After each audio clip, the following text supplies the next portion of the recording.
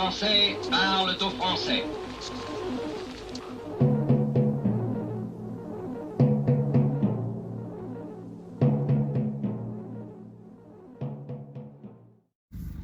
Bonjour à tous, ravi de vous retrouver. Nous sommes lundi 17 juillet. Un retour sur quelques vidéos passées. Vous abusez de la liberté en France, c'est ce que disent certaines personnes issues de l'immigration, vous allez voir. Ensuite, bien entendu, toute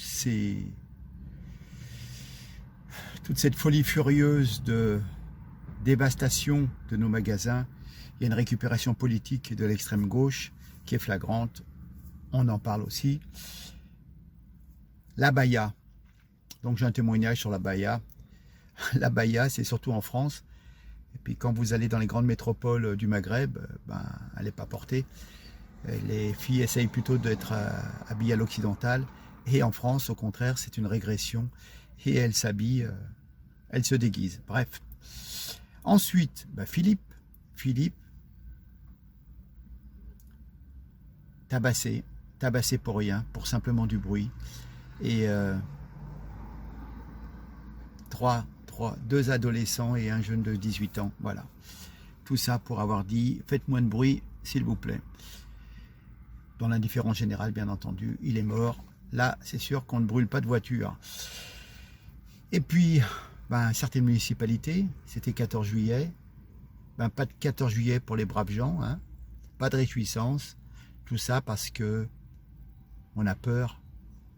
On a peur de la racaille, on a peur de ces petits merdeux qui viennent foutre le bazar, des incendies, qui viennent casser, qui viennent piller. Bref, allez. Je vous dis à très bientôt. En tous les cas, merci de me suivre, merci pour vos commentaires. Au revoir. C'est bon. Vous savez ce que veut dire immigrer? Immigrer, vous savez ce que ça veut dire? Ça veut dire quelqu'un qui se réveille le matin, qui va bosser, qui va travailler, qui va nourrir sa famille. Et l'immigré veut aussi dire intégration, quelqu'un qui est intégré dans la société, qui n'a pas le temps de se mettre debout, d'aller casser les magasins, d'aller piller, de faire face à la police. Moi, j'ai vu vos images là, et tous ces petits noirs là, ces petits arabes, en train de traîner dans les rues à 22h, 23h, de casser les magasins. Et vous cassez les magasins pourquoi? Pour piller. Je vais vous dire un truc. Parce que vous êtes dans la tête, ça ne va pas. Je vais vous dire quelque chose.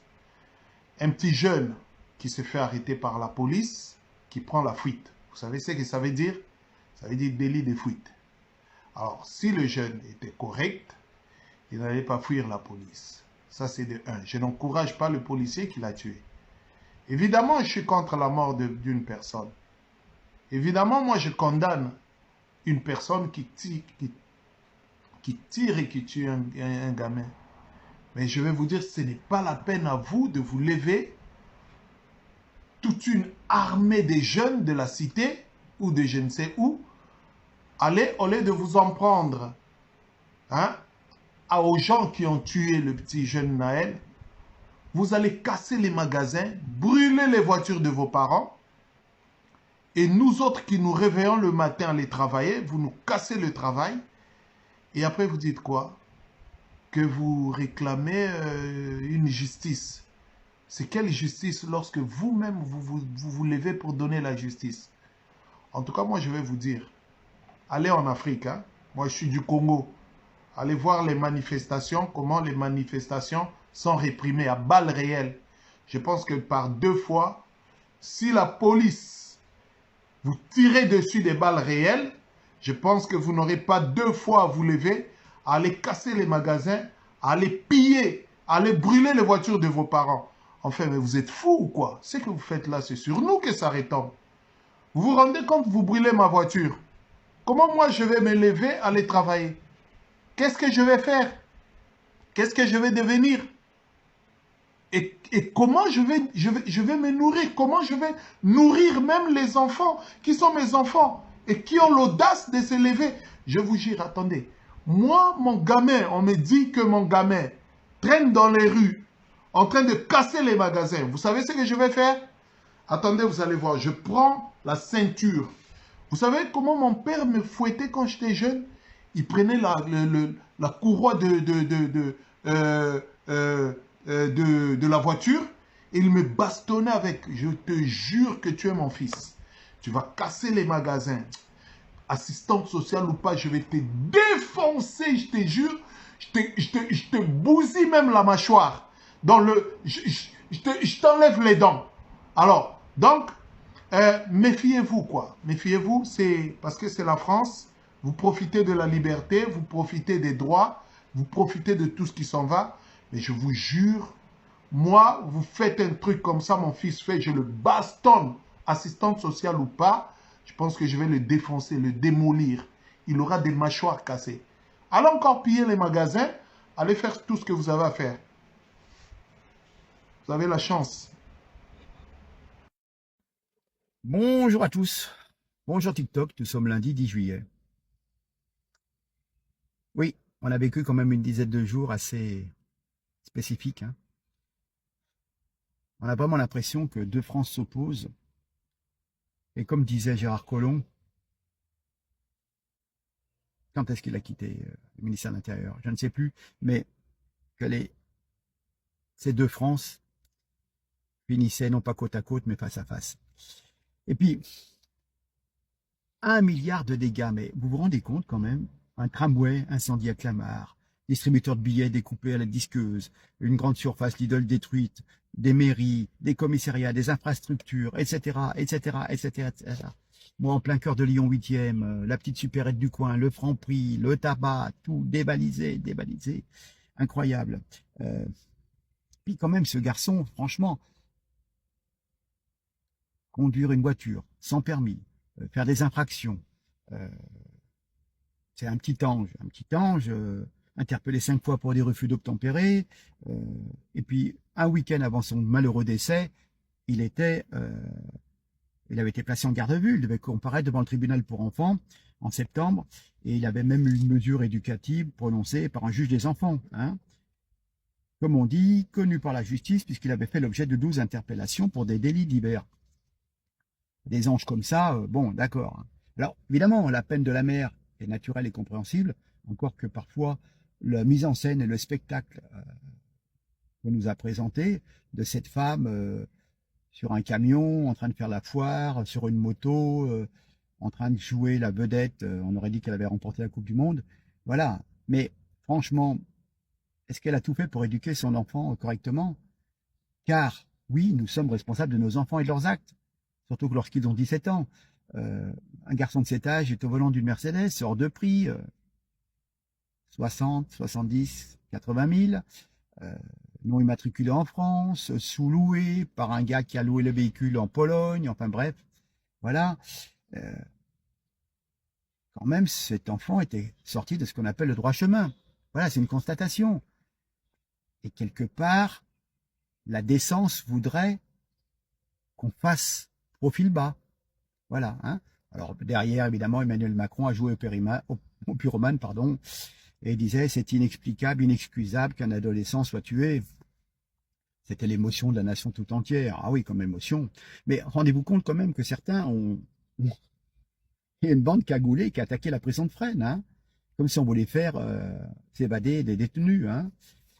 Et puis on vous dit, les émeutiers interrogés vous disent, on veut réparation et justice pour Naël, pardon, et en même temps ils se remplissent les poches de survêtements, de bijoux, de paquets de tabac, etc., etc. Voilà, de tickets à gratter.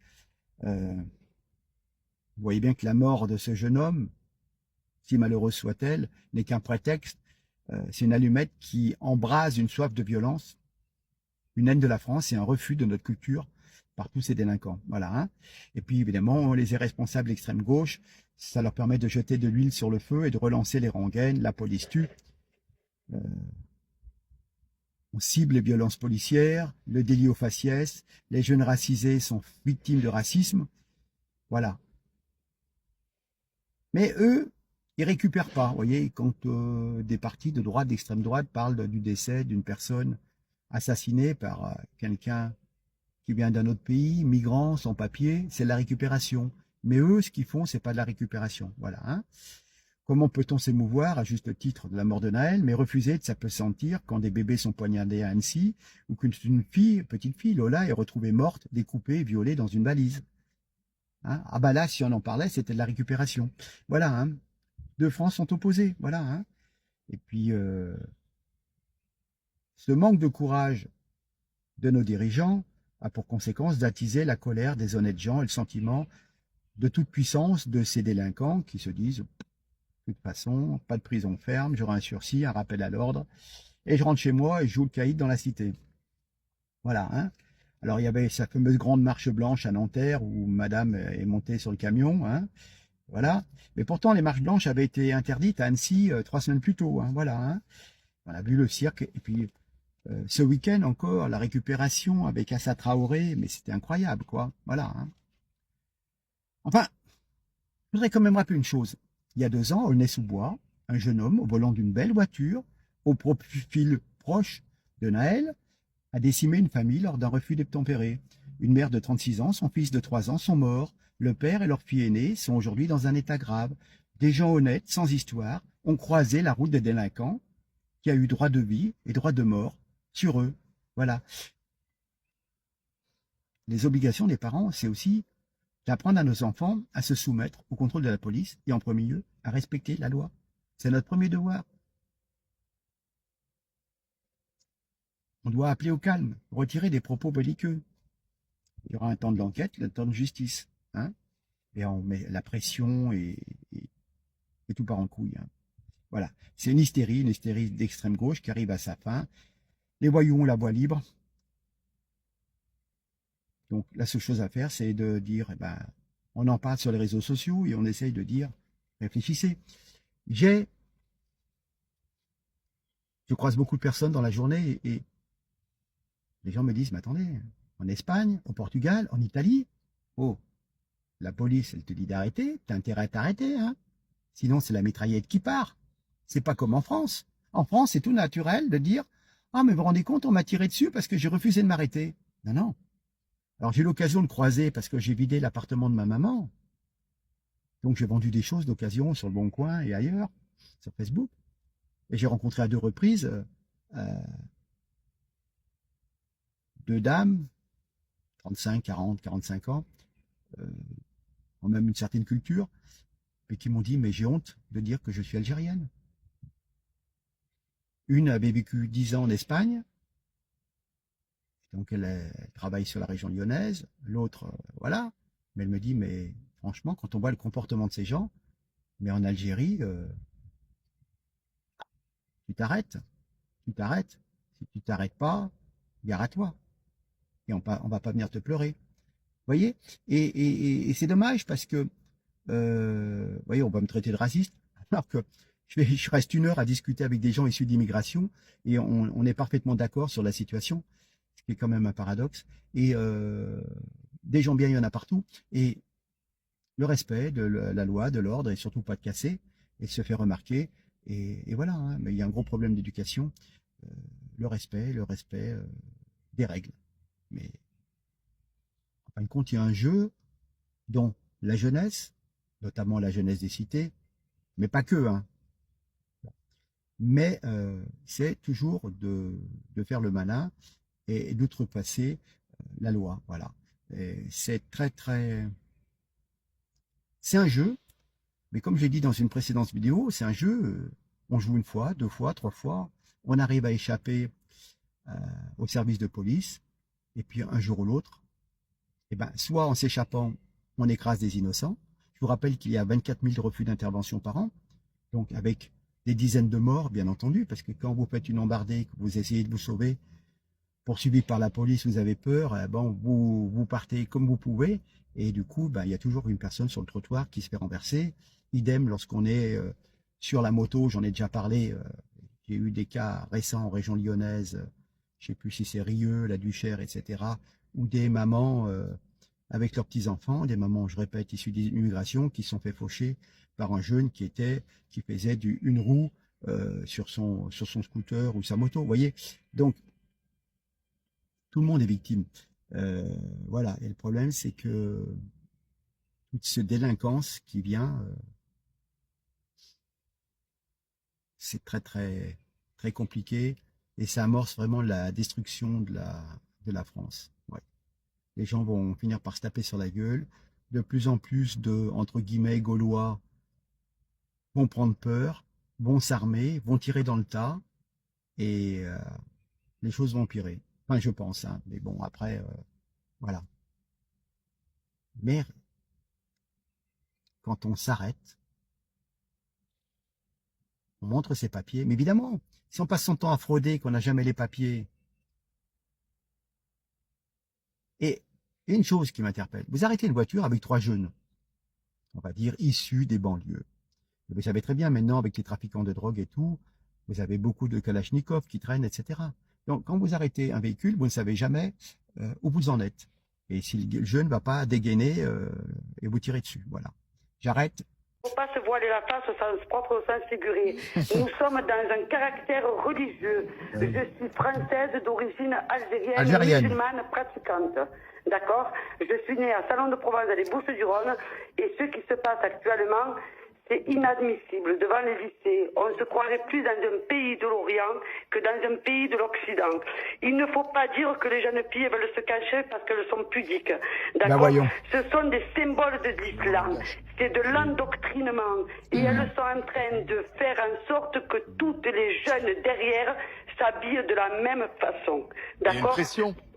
Pardon? Il y a une pression tout à sur fait. les filles qui ne se s'habillent pas comme ça. Écoutez, monsieur, là, en ce moment, je suis en train de voir tous les endroits où je vais, c'est inadmissible. Toutes ces petites sont voilées intégralement, l'abaya, le foulard, à un moment donné, et je pense là que c'est au gouvernement de poser les choses sur la table, d'accord, et de dire stop. Maintenant, il faut savoir ce qu'on veut de la France.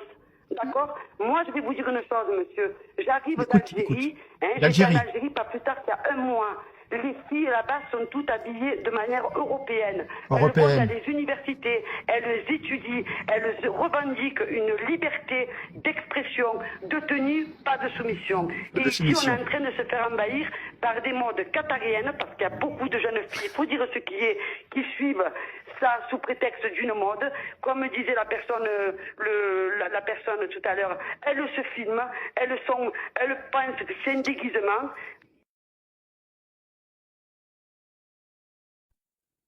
Bonjour à tous, bonjour TikTok.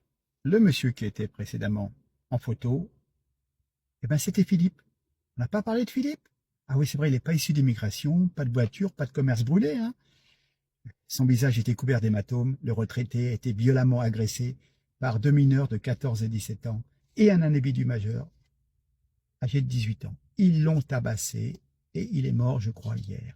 C'est un bon Français âgé de 72 ans qui ne voulait que profiter paisiblement de sa retraite après toute une vie de travail. C'est un ancien fleuriste. Il était même membre d'une association caritative des colis du cœur.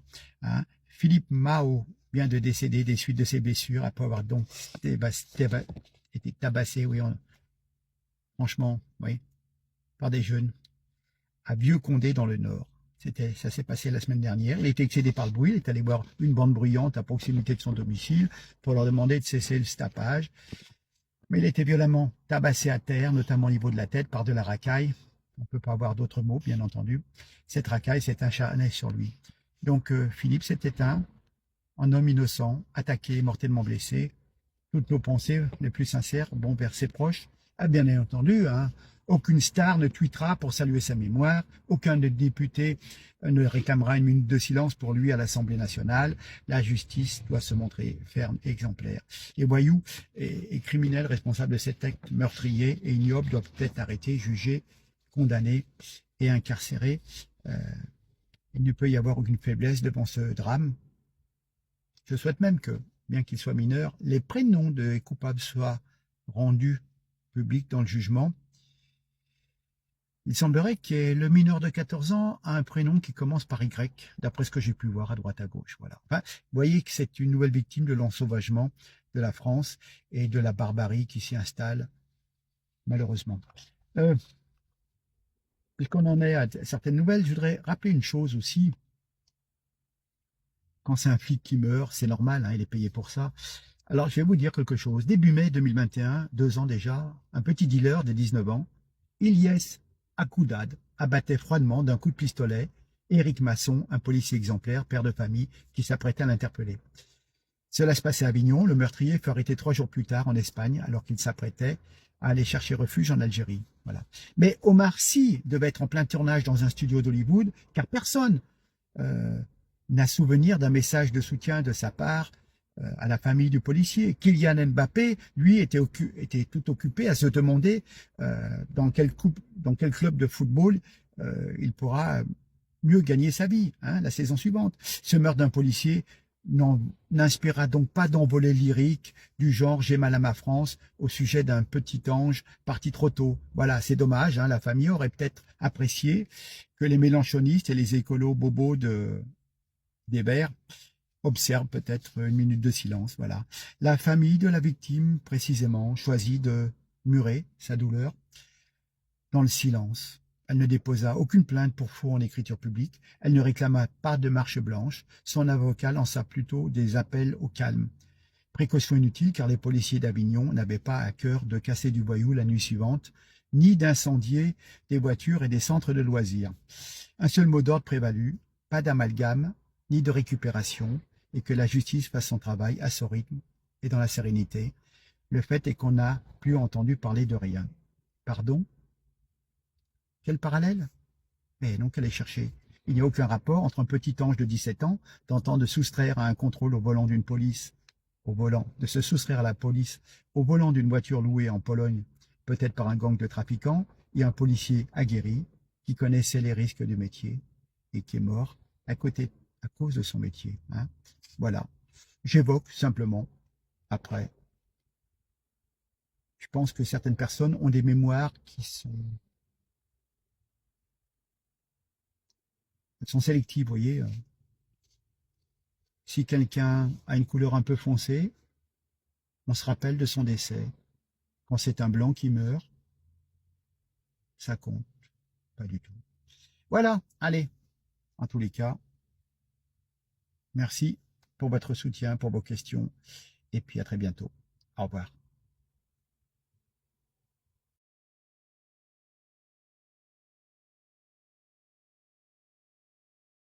Bonjour à tous, bonjour TikTok, nous sommes le 14 juillet. La question était sur toutes les lèvres au vu des émeutes et du contexte inouï d'insécurité qui a frappé notre pays ces dernières semaines. Fallait-il maintenir les festivités du 14 juillet? Les premières estimations des assureurs chiffrent à 650 millions d'euros les dégâts consécutifs au ravage de la France par des dizaines de milliers de racailles. Geoffroy Roux de Bézieux, pour le MEDEF, estime, voire même à 1 milliard d'euros les pertes pour les entreprises. On va trouver de l'argent, bien sûr, mais où? Dans les poches des contribuables qui n'ont rien demandé à personne. Nous n'avons rien de cassé, mais ne vous en faites pas. Nous allons quand même payer pour eux, pour les casseurs. Comme à chaque fois, depuis 40 ans, des milliards d'argent public se déverseront dans les quartiers pour acheter une paix sociale, aussi hypothétique que précaire.